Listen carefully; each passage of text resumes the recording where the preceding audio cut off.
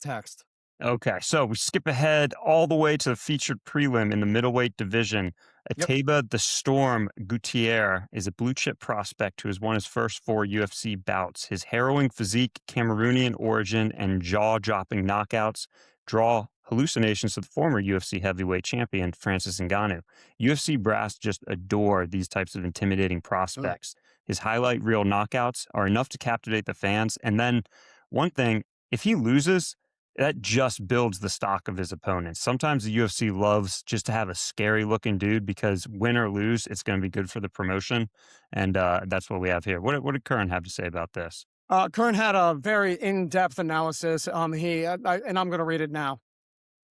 Gautier beats Diaz. I think his power will be too much. Okay, so looking at this fight, Kev, the one thing I got to say, how do you pronounce his last name? Say it for me right. I believe it's Gautier. Gautier. Gautier. Okay, yes, I'm going to go with that. Gautier, for his age, looking at that record, man, he is killing it in the game right now. Good for him. You told me actually about how this is like heavily one-sided fight, so I blind picked Gautier. But looking at the stats number here, you know I love a knockout artist against a crisp boxer like that. There's got to be some power behind them when I'm looking at that reach. So, yeah, I'm comfortable with my pick down there. Did I say my pick already? Yeah, well, I believe Gautier by a knockout is that's Yes. what I put you down And for. I'm confident with that one after looking at this. Yeah, Yeah, definitely. Okay. But my question is going to be with Gutierrez because he's so young. And we're in what division are we in again? middleweight, 185. Middleweight. Okay. So he's got some competition definitely to still climb. I know with some of these fights, there's implications for the Freedom 250, like who gets on the lineup and who doesn't. Is this one of those in any way, shape, or No, form? I Okay. think the last UFC that matchup that got added between Josh Hokett and Derek Lewis, I believe that's going to be the last one added That'll to be a the good one. card.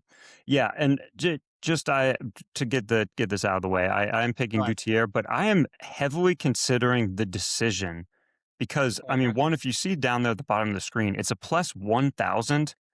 And his last fight ended in decision. This is a prospect the UFC has been slow tracking in a sense.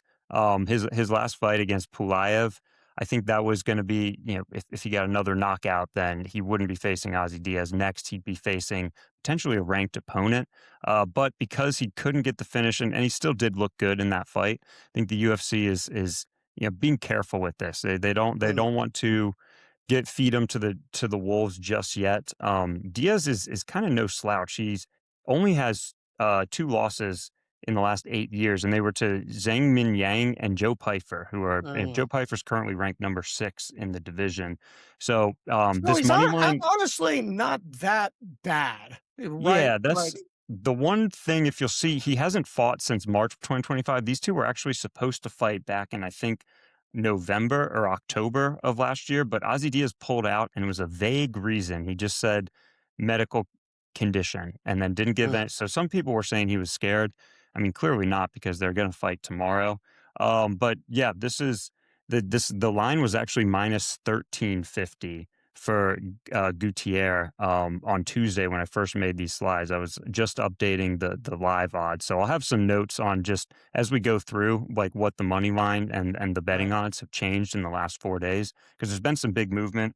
This one, for whatever reason, the bettors are maybe taking Ozzy Diaz on a whim just because the odds are so good. I mean, it's the value, you know what I mean? I see it, and there's gonna be a lot of people trying to get cute with it on this card just based on how these odds are shaking out, but after I think I went 1 and, like, 8, on 327, I did not do good, so this time I'm not gonna try to get cute and overthink anything.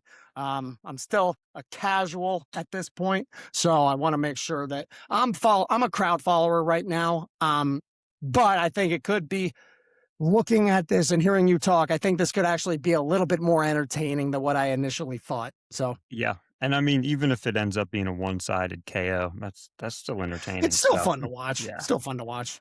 All all right. right.